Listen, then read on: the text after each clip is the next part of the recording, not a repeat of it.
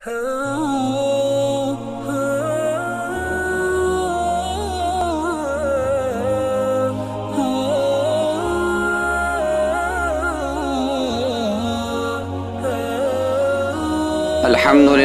नहमदुहु व नस्तईनुहु व नस्तगफिरुहु व नु'मिनु बिही व नतवक्कलु अलैहि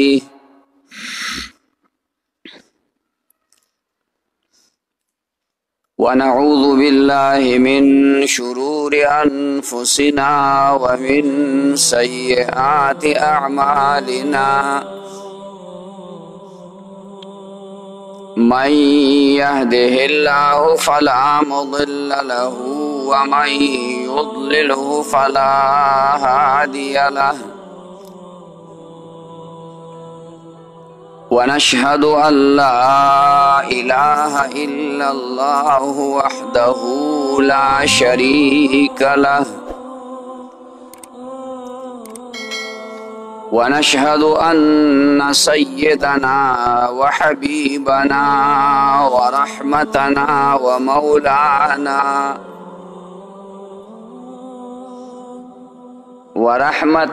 व मौलाना मुहम्मदन अब्दुहु व रसूलुहु अरसलहुल्लाहु इला काफ़्फ़तिल लिन्नासि बशीरन व नज़ीरा व दाइयन इलैहि बिइज़्निहि व सिराजम मुनीरा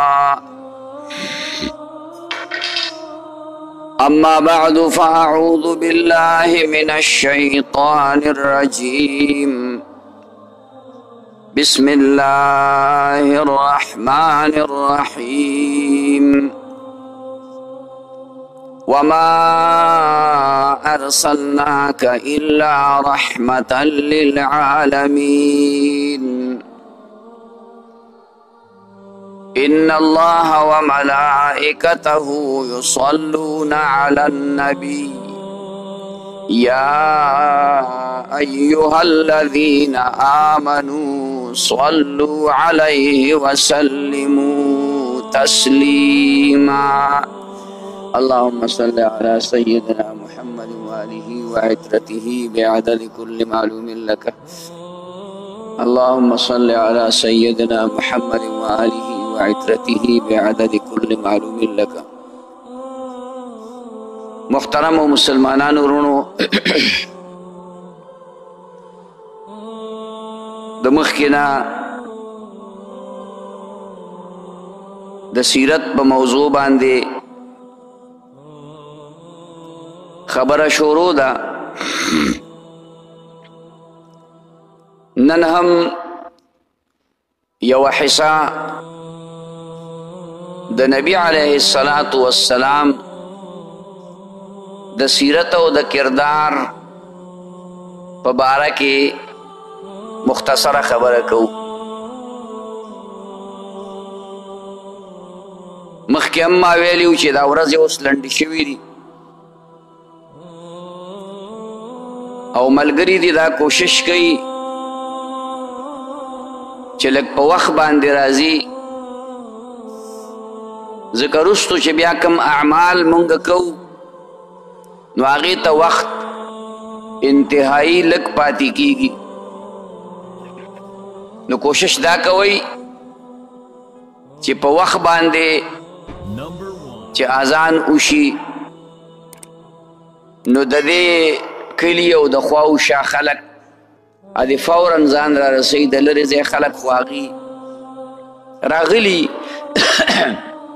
खुदा निज़दे कसान कारूनों के अख्तई नो ना कारूना मुंगसर तो न रसोल पाती की बा अल्लाह दे मुंगतद ने कई तौफीक नसीब की। मुहतरम मुसलमानानो रुणो मुंग खबर करे वाची जनाब मुहम्मदुर रसूलुल्लाह सल्लल्लाहु अलैहि वसल्लम चे दुआ काला द हजरत हलीमा सअदिया रज़ियल्लाहु ताला अन्हा पई औरदल بیا هغې واپس راوسته خپلې مور ته حضرت آمینې بیبي ته.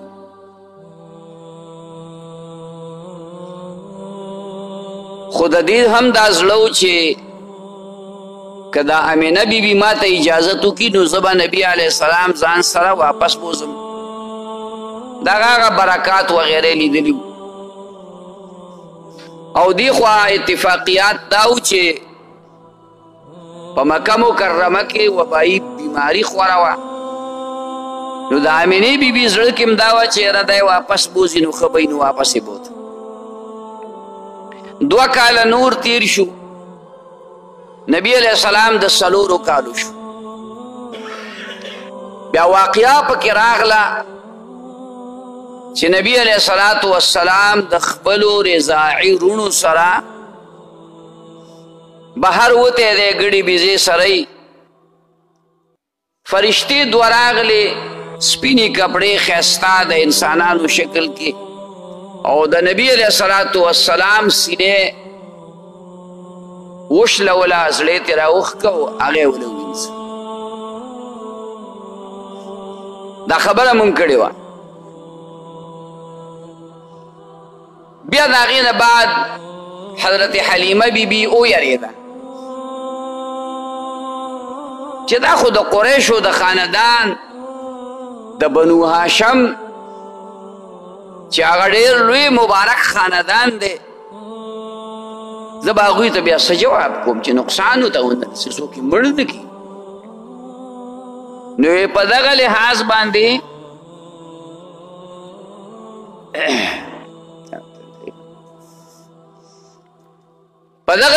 باندې هغه ولګېده او هغه یې واپس چې کومه دی مکې مکرمې ته راوسته او خپلې مور بیبي ته یې حواله کړه. خو نبی علیہ السلام څه د عامو ماشومانو غوندې خوی خصلت نه و. ماشومان منډې وهي تړلې وهي وراني کوي لوبې کوي. هغه د لوبو هغه چې کوم اثر په دې زړه کې و هغې چې ولکله د زړه اپریشن وکړو هغې ته یې لرې کړو. یو تور داغ د وینې یو توره قطره هغې ته یې لرې کړه. دا هغه د ماشوموالي خویونه او خصلتونه دا یې ته یې لرې کړه. که تاسو فکر کړئ نو په دې عامو ماشومانو کې هم بعضې ډېر داسې باکرداره غوندي یي وړوکی ماشوم وي خو داسې د وراني او د منډو تړلو او د دې خبرو نه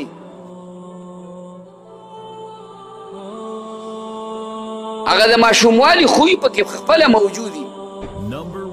خو په رسول الله مبارک کې د ماشوموالي خوی نه و. د ماشوموالي نه د هغه خوی خصلت هغه د پخو سړو او نه فی یو پوټې غلطي او کمزوري کېدله. وخت تېرېده نو د نبي علیه السلام نیکه عبدالمطلب هغه ژوندی و خو د نبي علیه السلام خپله مور بیبي ونه تربیت د مور په غېږ کې کېده. د 4 کالو ماشوم دی. کله چې د رسول الله مبارک عمر 6 کاله شو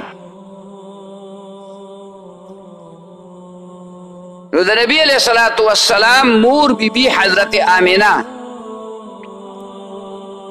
هغه مدینې منورې ته لاړه. دی ځان سره بوته او د نبي علیه السلام یوه وینځه ام ایمن حبشیه دا مو سره وه په سفر کې مدینې منورې ته لاړل. څه یې کول؟ مدینې منورې ته په دې وجه باندې لاړل چې هلته د دوی نکاح نه وه. څوک وایي د نبي صاحب ماخیري څوک نکاح نه یو مطلب دی ځکه چې د نبي علیه السلام ور نیکه حضرت هاشم هغه په مدینه منوره کې بنو نجار نومې یوه قبیله وه. هغوی کې واده کړ او دغه وخت د هغه عمر 15 کاله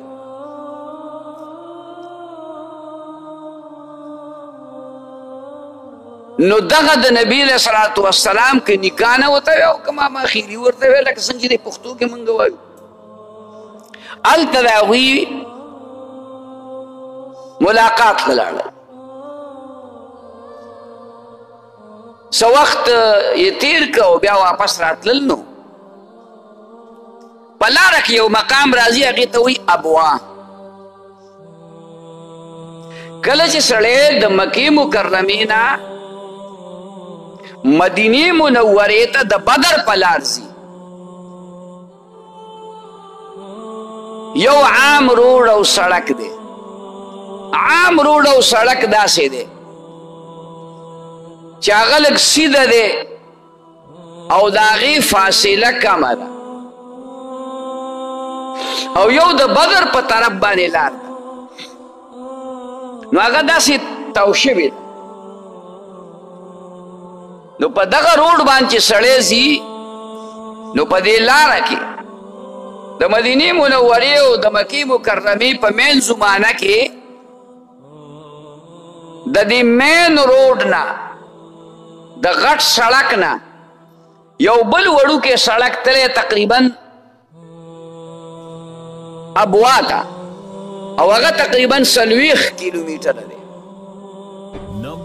د دې غټ روډ نه 40 کیلومیټره په فاصله باندې د حضرت آمینی بی بی قبر دی الله دې مونږ او تاسو ته بیا بیا دیدار نصیب نو دا علما چې لاړ شي اکثر عام خلک خو دومره علمي نه وي دا ورته پته هم نه وي چې د موره به یې قبر ته لاړ شو دا علما چې لاړ شي دا خپل پټکي راکوز کړي او د موره به یې قبر پې راجارو کړي په خپلو پټکو باندې د موره به یې قبر راجارو کوي او راصفا کوي چې دا دوړه زمونږ په دې پټکو کې ونښي کله کوم الله پاک بوتلی نو انشاءالله دغسې به کوئ تاسو خیال ته راله نو ما هغه وخت کې پټکی نه و پټکی مې نه و په سر خو ښه وه څادر را سره نو د احرام یو څادر مې راواغست او په هغې مې د رسول الله مبارک د موربۍ قبر را جارو کو هغه دوړه مې پکې وساتل هغه را سره پروت دی که خیري ابه چې کله مړ شمه نو هغه به راله په بدن باندې کفن کوي انشاءالله او که بیا الله کله توفیق میلاو که نو بیا به نور هم څه کومه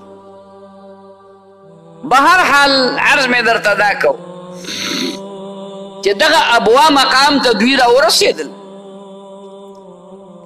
نو آمینه بیبي بیماره شو چې بیماره شوه نو بس وفات شوه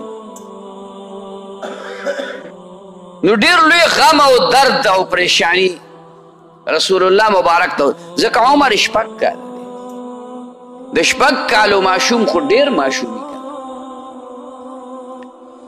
نو هلته کفن دفن وشو هلته قبر شته او دوی د هغې نه پس را روان شو نو مکې مکرمې ته راغلل عبدالمطلب وی زما نګور څه شوه وی صاحب هغه خو دغسې فلاني ځای کې وفات شوه ډېر خفه شو رسول الله مبارک خپل غیږ ته رانږدې کړ د 6 کالو دی او عبدالمطلب ورله هغه مینه ورکړه هغه محبت یې ورکړه چې هغې خپلو بچو ته نه ورکړې داسې تربیت یې ورله په مینه او په محبت باندې وکړه چې په 10 زامنو کې دومره محبت د خپل یو زوی سره نه دی کړی کم محبت چې د رسول الله صلی الله علیه وسلم سره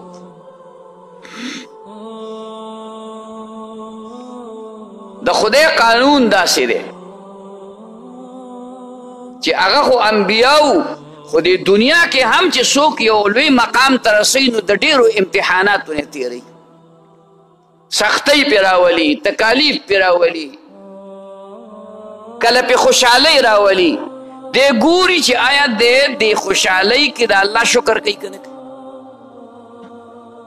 دی په دې تکلیف کې، په دې مصیبت کې، په دې تنګ دستۍ کې، دې بیمارۍ کې دی که صبر کوي که نه کوي. ځکه دا دواړه هغه خبرې دي چې چا په تکالیفو، مصائبو، بیمارو، غربتونو، کمزورو باندې صبر وکړه، الله پاک یې د ګناه نه داسې پاک راوباسي لکه دی چې د مور نن پیدا شي. عجیبه څومره قیمتي خبره ده. او زمونږ خو چې په سر درد راشي نو فریادونه شروع، نو فریاد کوه خو خیر دی، هغه خپل پروردګار ته کوه، خدایه دا سر درد دی راباندې راوستی دا. اوس که ته ما ته ډېر فریاد هم وکړي نو زه ستا سره هېڅ هم نشم کولی، بس الحمد قلوب ووایم دم باندې کوم په توره باندې، خو ستا له د سر دا درد اخیستی خو نشم که نه. نو الله په دې انبیاو علیهم السلام هم داسې سخت سخت امتحانات راولي. نو رسول الله مبارک دې زندګۍ ته ګوره چې د پلار د وفات نه 2 میاشتې پس دی پیدا شو، نو پلار یې نشته او پیدا شو. الله اکبر، دا څومره د غم خبره ده.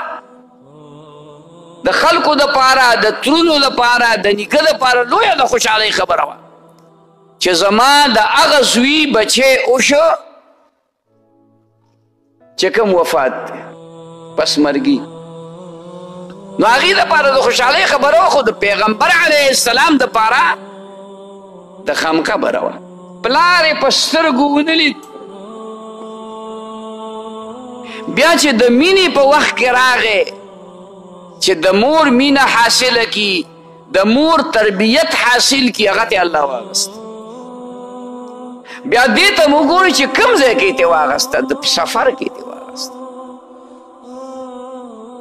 مور خو مور وي که نه، دا مور خو ډېر خوږ لفظ دی که نه، د مور خو یو ډېر لوی مقام دی که نه، ډېر لوی مقام دی. د دې وجې نه یو صحابي د نبی علیه السلام نه تپوس وکړ، یا رسول الله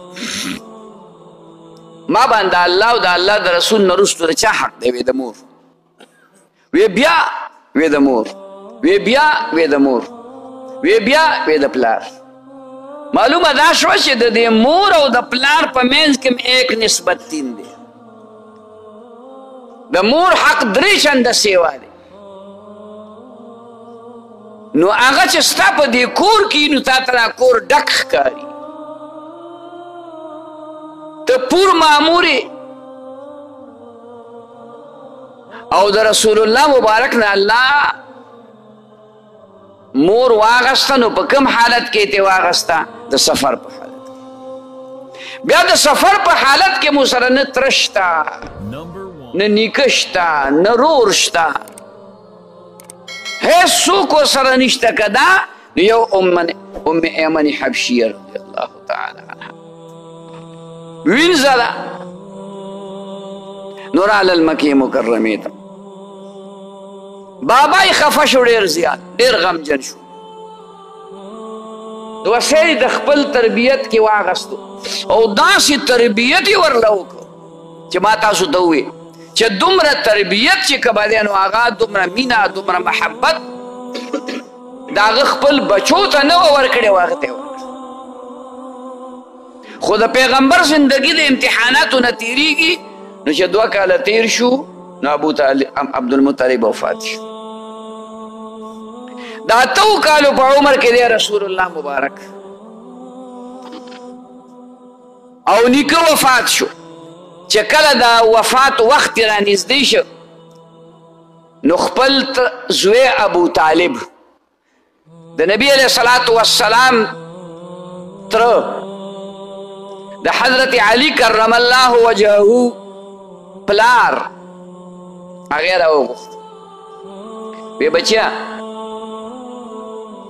دا زما نوسی دی او دا ډېر نازولی دی او دا ډېر نیازبین دی او دا داسې عام ماشوم ونه ګڼي دا ونه ګوري چې دا ګیني زما وراره دی دا ونه ګوري ګیني چې یاره دا یو عام ماشوم دی د دې ماشوم په تندي کې څه داسې علامات موجود دي چې آینده به الله ده ته یو ډېر لوی مقام ورکوي اوس هغه ته خو نوره پته نه وه که نه چې دا به خاتم النبیین دا به امام الانبیاء دا به سید الرسول دا به محمد رسول الله صلی الله علیه وسلم ابو طالب سلویخ کال د نبی علیه الصلاة والسلام داسې ملګرتیا وکړه د وړوکوالي په وخت کې ولا داسې مینه ورکړه او داسې محبت یې ورکړه چې د تاریخ کتابونو د سیرت کتابونو دا لیکلي دي چې ابو طالب خپلو بچو ته دومره مینه نه ده ورکړې لکه څومره مینه چې رسول الله مبارک ته څومره مینه چې نبی علیه السلام دا یې خپلو بچو ته خپلو زامنو ته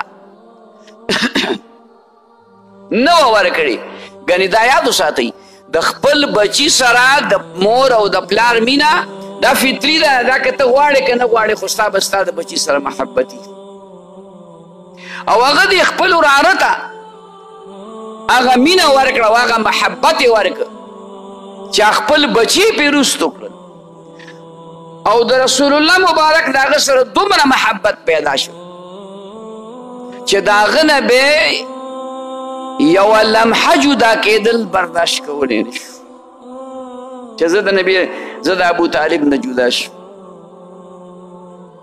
د 12 کالو عمر ته ورسېد رسول الله مبارک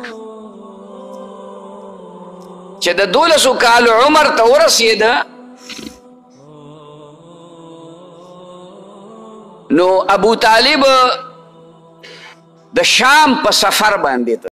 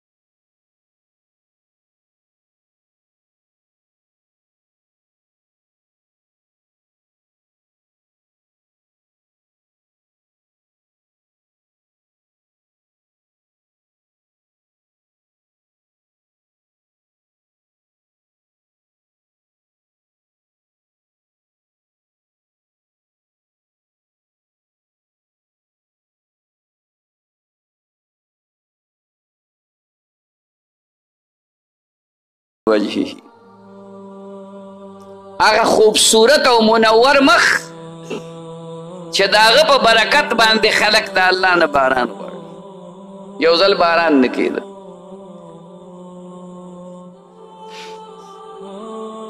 ابو طالب ته خلک راغی نبی علیه السلام ځان سره روان کله ماشوم دی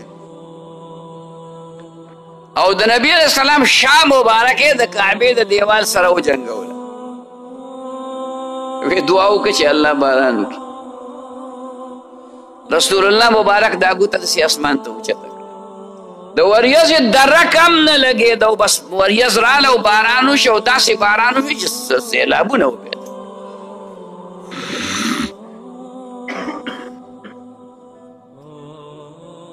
احتمال الیتامى عصمة للأرامل وأبيض يستسقى الغمام بوجهه. هغه منور مخ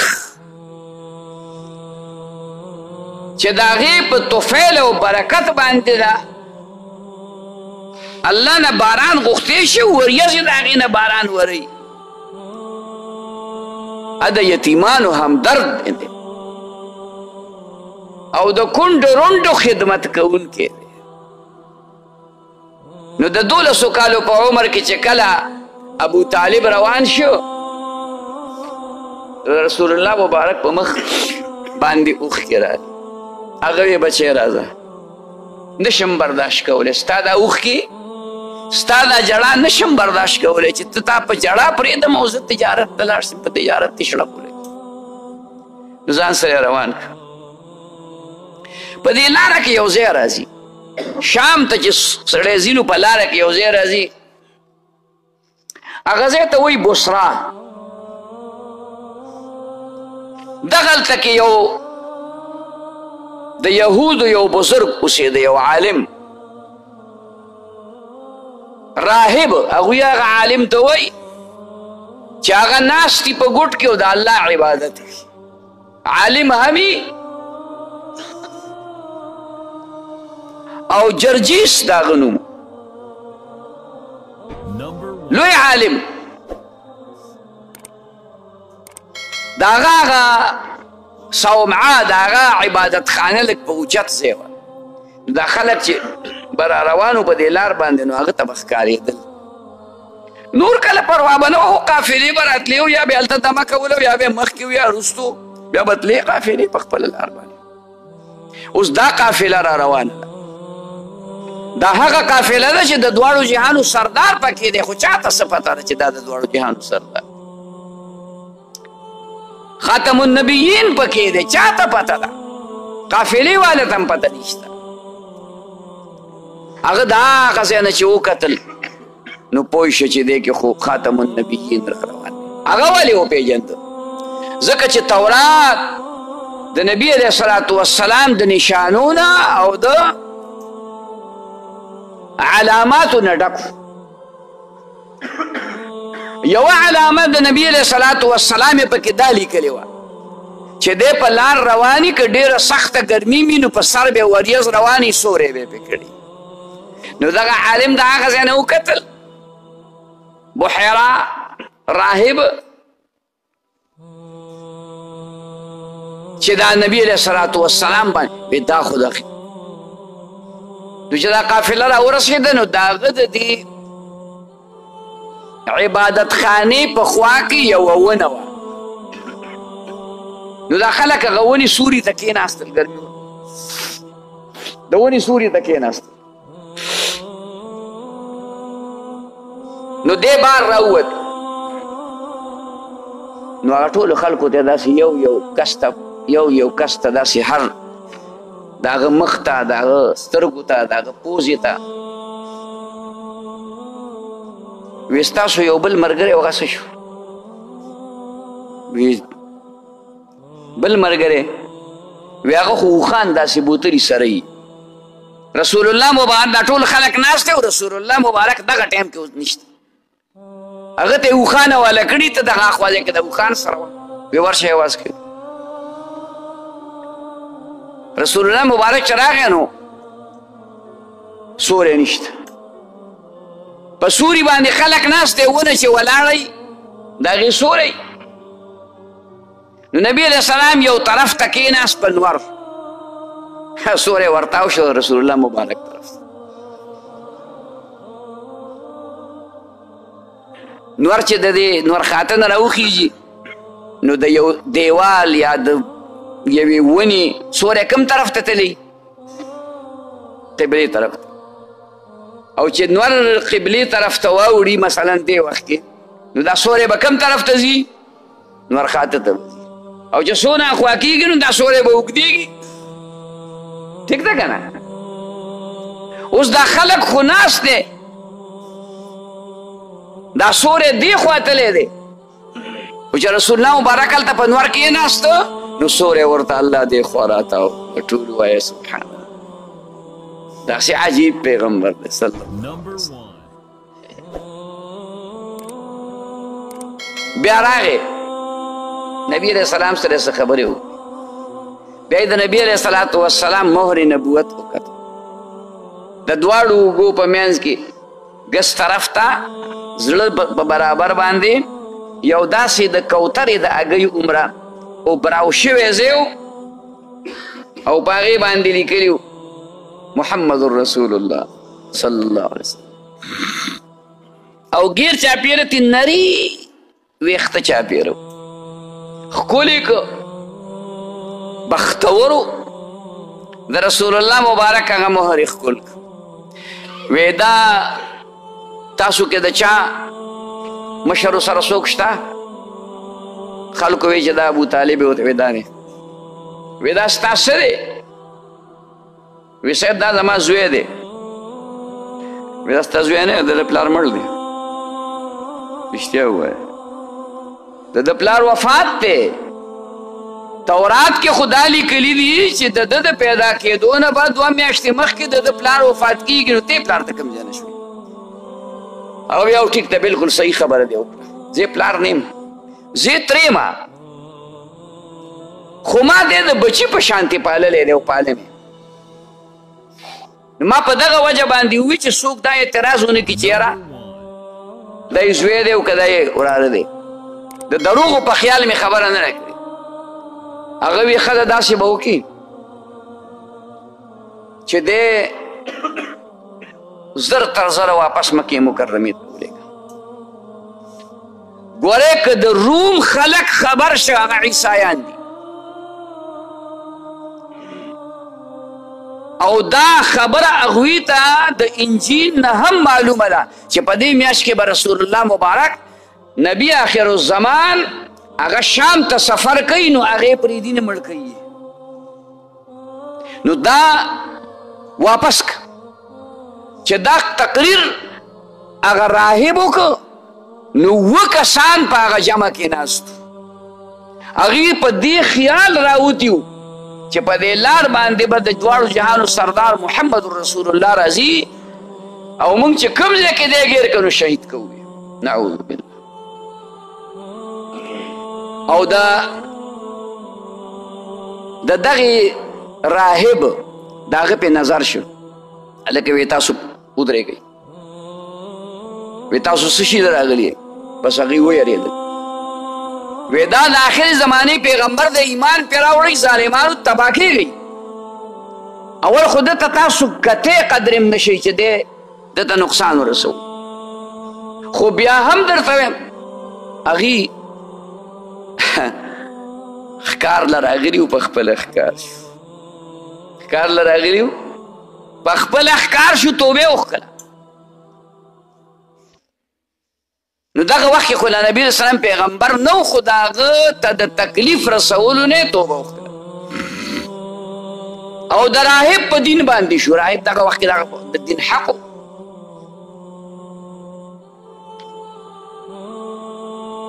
چې دا خبرې ټولې قافلې واورېدې، نو قافلې والا هم فیصله وکړه، حضرت ابو طالب هم دا فیصله وکړه او رسول الله مبارک هم پوه شو چې زما پاتې کېدل هلته کې ښه و. زه چې تره پاتې کولم نو دې کې څه نکته وه. نو ملګري ورسره کړه، واپس چې کوم دی مکې مکرمې ته راوست. او بیا دغه زندگی په مکه مکرمه کې ابو طالب چې کومه دی د سفر زندگی تېره کړه او څه وخت پس چې کوم دی نو بیا واپس مکې مکرمې ته راغی او د نبي علیه الصلاة والسلام یې هغسې خدمت کو چې کوم خدمت یې وله په ماشوموالي باندې کړی و.